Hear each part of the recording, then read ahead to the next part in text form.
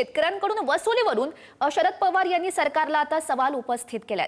शेतकऱ्यांना आज मदतीची गरज आहे, त्यांच्याकडूनच पैसे का घेता असा सवाल आता सरकारला शरद पवार यांनी उपस्थित केलेला आहे।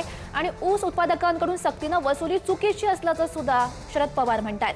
2 दिवसात नुकसानीचा प्रस्ताव केंद्राला द्या, सरकारने तातडीने याबाबतचा निर्णय घ्यावा असाही शरद पवार यांनी मागणी केली आहे।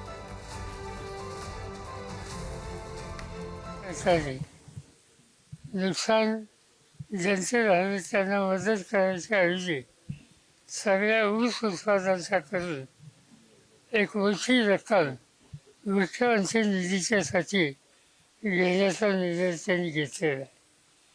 ज्यावेळेला ऊस उत्पादकांना मदत द्यायला हवी त्यावेळी त्याच्याकडनं सक्तीनं वसुली करणं हे अत्यंत चुकीचं आहे।